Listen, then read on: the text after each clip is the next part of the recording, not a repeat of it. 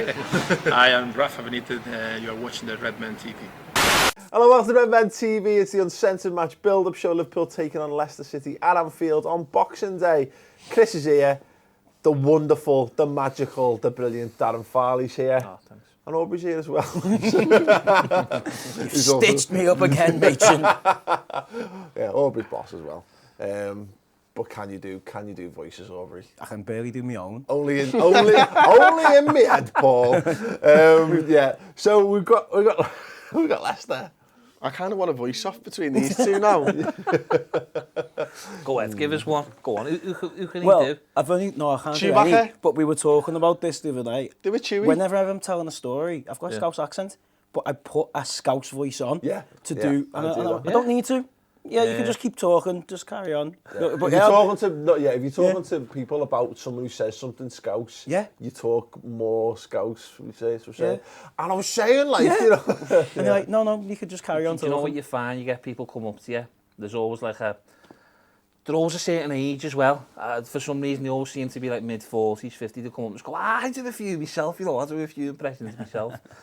But it's the most awkward moment in your life because you're standing there and you're like, and they're like, oh yeah, I do Carragher, lad, I do Gerrard and that, you know what I mean, or whoever. And you're like, oh, go ahead then, they start doing it. But you're like... Has there ever been anyone who's any good? Yeah, do you know what, a young buried kid? him. Yeah. Competition. Sorted him out. Don't want to even talk about it. He's in the boot of my car, There was a kid who done, who did he do? He done like Martin O'Neill or something, but I was like, oh yeah, that's good, that. You know what I mean? I said to him, but you need to, stay in school, you know what I mean? Focus on what you really want. Don't film, record any of YouTube's it. the worst thing for you. Don't be getting famous. Stay away from agents. Coral Call, Stay away from after dinner speaking. Yeah, just none of that. Don't speak to Nicky Tanner. So yeah, it's I imagine that must be amazing. Like, you know, great. That's your cat. Because you see a few of them crop up, don't you? It's amazing. You've not made it. How old are you? 45. Keep plugging away, mate. Britain's got talent next year. It's always an awkward one, though. Do you know what I mean? It's always like slightly, and you're like, all right, mate. But it's like when you're in the middle of like Sainsbury's or something. Do you know what I mean? And you're just like, can I just get that? I was so close to saying that to him this morning when he came in. I'm so glad I never. What? Do you want to see me impressions? I'm so glad I never. Yeah. Dodge the bullet there, like. Who would I? Chewbacca? Come on. Who would you? Come on, this is good. He does trumpets. I can do a trumpet. Listen, let's hear an impression. It's got to be one impression. Paul, I literally you start. don't do Come any. on, Paul. Paul, you're good at them. Come on, who can you do? That's like lost the defending by the Liverpool team. Who's that? Arnold Hansen. Schwarzenegger. I'm only messing. No, that was good. Come back to me. Let me have a little think Okay. about At it. the end, maybe. I don't know, I've got to think about it. I'm under pressure now. Yeah, come back at the end of the show. Yeah. Okay. Don't write it down. Don't write it down. Impressions at the end. Oh, for fuck's sake. Tom reminders. Anyway, the Uncensored match build-up show. Liverpool's like, I'd much rather do this than talk about us playing Leicester, if I'm perfectly honest. Yeah. So let's. No. Chris, Liverpool are 14 points behind Leicester City. Discuss. Yeah, they deserve to be 14 points ahead of us, to be honest. They've been playing unbelievable football. And it's not just the players that have been taking the spotlight, like your Mahrez and your Vardy and stuff as well. Mark Albrighton has been fucking sensational for them. Les Morgan at the back's been unbelievable. Kasper Schmeichel's having a good season as well. Delay, all of them, they're just a team that are more than the sum of the parts. They're just the definition of a team at the moment, and they look confident and they're playing good football. And most importantly for them, they've got two strikers on the pitch. Joao, when he's been playing, has been fantastic. That Okazawa is, or whatever, however you say his name, steps in at the weekend, has a good game, bags a goal. Vardy's probably one of the most unselfish strikers I've seen in the Premier League. Even when he was on his run, he's playing little balls off the weekend. He sets up that Okazawa or whatever his name is. I'll say it again. And they're just incredible to watch. It's so refreshing to see a team do that in the Premier League because it's been since 13-14 since somebody else did it. Sometimes you get a group of players that just click, you know what I mean? And that's what it totally clicked. And when you've got that work ethic, and like you say, there's been some players, Wes Morgan at the back's been unbelievable for them. The thing is, he was fucking calamitous last year. The guy scored own goals for fun. You know what I mean? He was Yeah, scoring yeah, at both ends, but you know he looked as likely to score, put one of his own nets as in the other end of the United. It seems to have worked for them. I mean, everyone's seen it on Twitter, but let's do it anyway. They were bottom this time last year. Yeah. The top of the table going into Christmas. They deserve respect for what they've done. Oh, massive respect. And obviously, no one could have predicted what they were going to do. I think Ranieri coming in's had a big impact on them. I think they had, obviously, Nigel Pearson done a really good job for them. He done a really good job. But I think Ranieri's just come in, he's let them play to the strengths. He's just being that glue, if you know what I mean, that just kind of kept them together in a way. And I think he's been great for them. And they are just, you're almost waiting for that bubble to burst. But I was watching them against Everton. I thought they were just fantastic. And I just can't really see them struggling. I think they're going to go very long. Whether they can win it, I don't know. Do you know what I mean? But I think it would be. I think it's that thing. Everyone expects it to have stopped at some point. You think it would have ended by now if they weren't going to be a consistent. Yeah, but they're not bad players, are they? No. That's the thing. So obviously you'll get a team that'll go on a run. You'll go, these aren't good enough, but these are good enough. Yeah. These players are good enough. They're putting in great performances. Mahrez and Vardy have just got goals in them, so many goals in them. You know, obviously, I can't see it slowing down. I think they're looking. And they've recovered over some injuries. Stuff like Drinkwater was playing really well at the start of the season, wasn't he, Aubrey? And they've managed to get past his injury. Well, it's interesting, isn't it? Because when we were looking at the Vardy run, Arsenal was the only team when they got beaten in that game that he'd scored, and you go, well, okay, look, you can look at who they've played. But when they start playing Chelsea and they're going to play Everton, they're going to play Liverpool soon, that's when the wheels will come off. They've won them too. They beat Chelsea and they beat Everton. They will give us a really good game. And then it's too late into the season. The points are all on the board, and you're waiting for the bubble to burst. The other one is they actually had about 4 or 5 changes for the team against Everton. You know, the centre half was coming back into it, so he's been injured. Drinkwater went off against Chelsea, injured. Is that the first time you've correctly pronounced the name and Chris hasn't in this show? Probably. In the whole time ever? What was it? Richie Delay. But did I say delay? Delay. Yeah. The coffee version of him as well. It'll get to me eventually. Delay jokes. You heard it here first. Mightn't do impressions, but you do really good jokes. But yeah, literally, it's strange because it reminds me of the run. I know obviously Pearson left, and it wasn't like just a simple sack, and there was the dispute, and there was obviously the thing that happened with his son and stuff. But it's when Southampton basically went out there and went, we can go and get Pochettino, and he's going to improve our team, so let's just do it. And their fans were like, no, actually, Joe, the manager's doing a good job. But they went, no, exactly the same. You know, Ranieri was available. It's actually really ambitious of Leicester to go and get him because he's a good manager, and it's rewarding that ambition. And I like him. I think he just seems really chilled now, and you kind of endearingly. He's got that like mad professor look to him. Yeah. Like he's a bit of a tin pot, like, but he's boss. Yeah. And he's endearing, and actually Leicester as a team had even imbued that quality from Ranieri.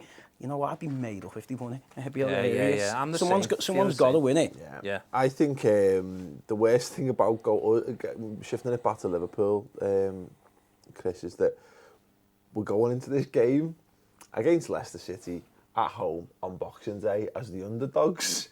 Everyone expects us, if not necessarily to lose, but to drop points in this game. It's crazy. But isn't that where we normally do better? Yeah.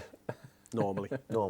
No, I'm perversely confident about this game. You know what I mean? There's nothing to suggest based on any the recent form at all. You know, the Newcastle performance, the West Brom performance, that shit show against Watford. There's nothing there to suggest we are entitled to get anything out of this game. We're not entitled to get anything.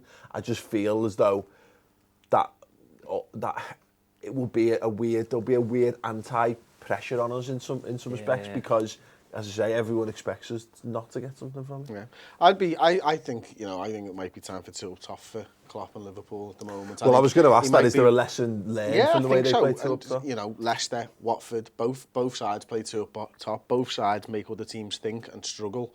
And I think, you know, scoring goals is it's a big part of football, to use a Michael Owen-esque line. Like, you know, you've got to score goals, and with one striker, it's just fucking harder to score goals.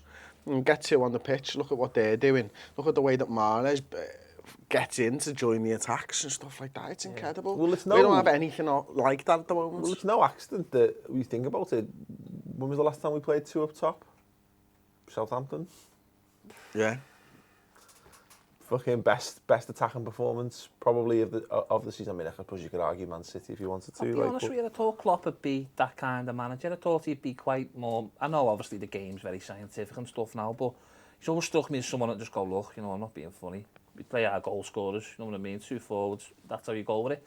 But he hasn't really. I think it's more to do with the fact that when he first came in, he was like, we need to be solid at the back. Yeah. And I think having that 5-man midfield goes a long way to making us solid at the back. And then he's probably going, what's the point of being solid at the back if we're not fucking getting points anyway? Yeah. Let's go and try and get some points. Yeah. Yeah, it'd be interesting to see how he handles it. 'Cause I think he will. I think he'll in fact, the fact that he's done it already. When like you look at like Brendan Rodgers did it for the season, was seen to have like just seemed to be dead set against it since post that moment. Probably obviously when Daniel Sturridge got injured just after the Spurs game last season. We never really saw it again, did we? The problem we've got, I think, is it's what you do with the rest of the team. Because it's all well and good going 2 up top, but it's where does everyone else fit in and how does that fit in with what else you're trying to do? Do we have the players? Because ultimately, if you're playing like a 4-4-2 diamond, we've got to play. I think we've got the players for that. But then I don't think 4-4-2 diamond really suits our forwards who are fit. But it's more that then you could play 4-4-2, but who'd you play on the left hand side? Phil, but it's quite a restricted. It's not the width of a proper 4-4-2. But then if you've got a Milner or an Ibe on the other side, then it could work. Yeah, this is it. I just think that the problem is, and again, I think Dan, the problem we've got is that to some extent is. And I think this is why we've done it, is that I think he rates Lallana and Coutinho more highly than he probably rates Benteke and Origi thus far. Yeah, I'd agree with that. He seems to go towards those kind of players. And obviously, like you say, I think Origi deserves more of a chance, to be honest with you. I think he's looked impressive when he's played, so I don't see the problem. Benteke, again, I think a lot of people, when Benteke plays, a lot of people automatically get that kind of, he's making us play this kind of long ball game and all that, but he can actually play, Benteke. If you watch him, he can move, he can play. So I wouldn't really blame him for that, do you know what I mean? But, yeah, it's a strange one. It's a question then, Aubrey, what's our best non-Sturridge included attack? I couldn't give you the answer.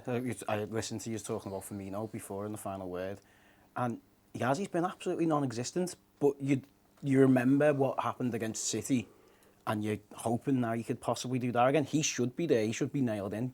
Brazilian international, almost £30 million. So the answer should be, it's Firmino and Coutinho playing behind Benteke. It should be that. Yeah. It's definitely not. Yeah. I don't know. I don't know what the answer is, and that's the thing. It's easy to sit here and say, well, we should go for it and we should throw 2 up top. If he doesn't trust the players, and he doesn't think they're going to do it. I think he's showing that he doesn't really think he can get what he needs out of Benteke. So he keeps going back to this false 9 and he keeps going back to the tricksy players, getting as many of Coutinho, Firmino, Lallana on the pitch, because he isn't trusting Benteke. The reason we went 2 up top against Southampton was it was a much changed team and Sturridge was fit. Yeah. So he obviously knows he can trust Sturridge, or he was working to get him into that match. So Sturridge and Origi looked good. Are Origi and Benteke too similar? Are they ever going to play together? Are they ever going to be lined up?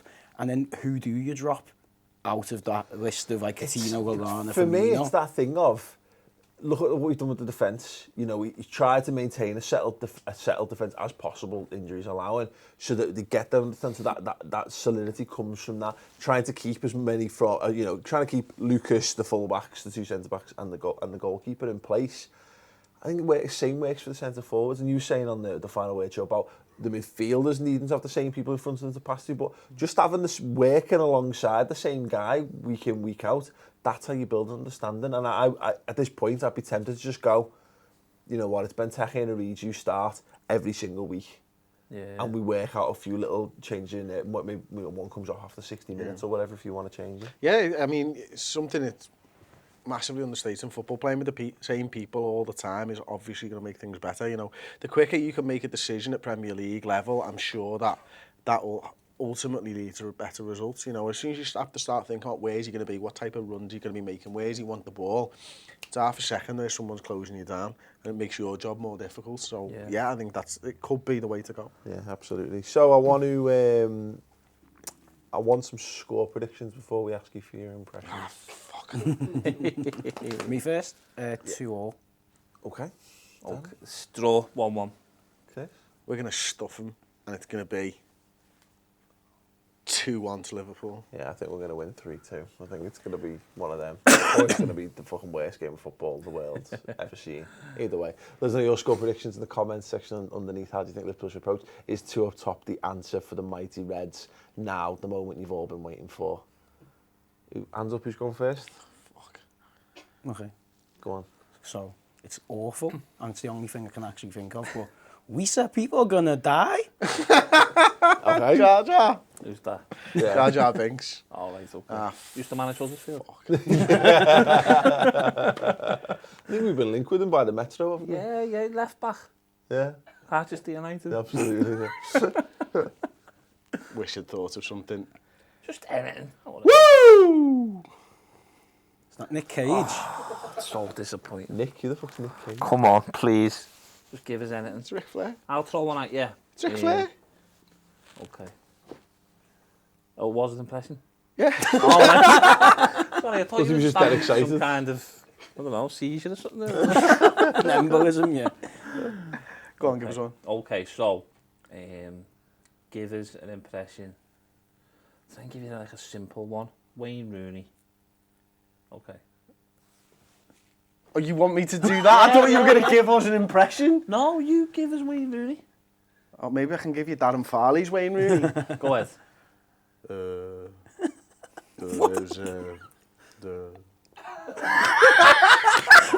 It was like we had 2 Darren Farleys in the room. Fucking hell. See how I stayed away from actual words? Because I don't know. Let's give it a go. Is that an impression Rooney. of a fucking I'll give Wayne an Rooney's electric response. razor with a faulty battery on? I'll give Wayne Rooney's response. Obviously in... It was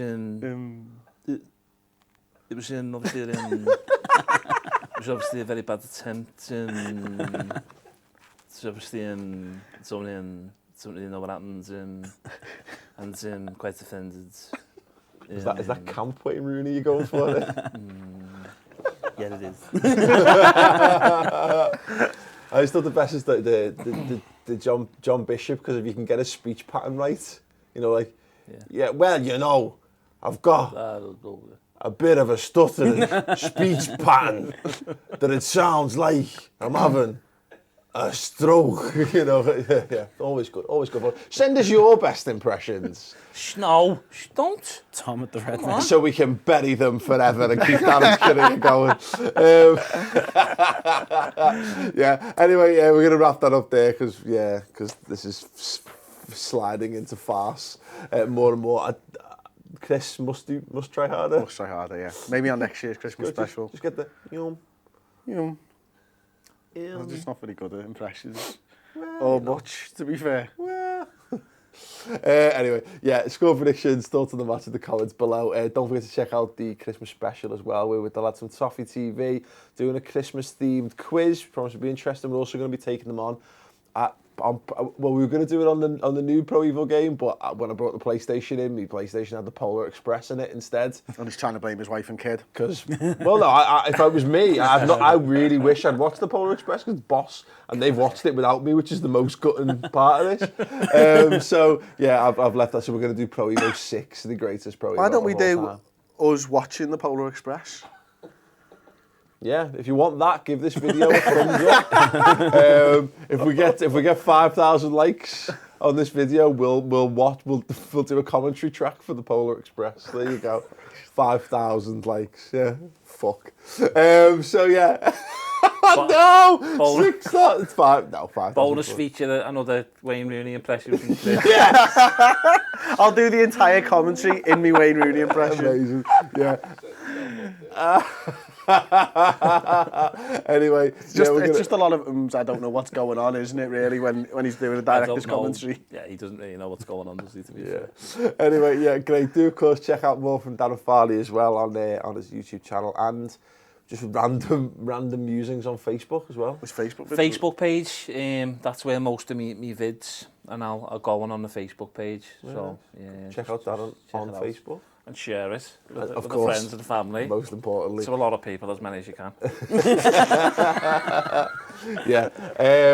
So there you go. We managed to get to it without a plug for Coral as well. So there you go. What, Coral? Who, Coral Bookmakers? The one I'm doing the adverts? Oh, right, yeah. There you Don't go. really want to mention them, but if you if you sign up now with Coral, you get a free... Oh, sorry. Yeah, and those of you who've seen the Coral adverts, that is the fella who stood next to the really fit bird in it, yeah? I'm the looker I've been told, I'll be honest with you. They got me in as like the face. yeah, that's what my mum tells me. I love that. Anyway, yes, we digress once again. We're going to wrap that up there. Do check out all the Christmas specials and more. And we've got extra special bonus content on the redmentv.com. So if you're looking for stuff to keep you entertained, keep it away from your family this Christmas, go and do that. Or give the gift of the Redmen TV as well, because that's a good thing. Thanks for watching. Give this video a thumbs up on the road to 5,000 Polar Express likes. And we'll see you soon. I really want to see that vid. Really do. Yeah. I think I learnt a lot from Stevie, to be fair, just not only like on the pitch but off the pitch as well.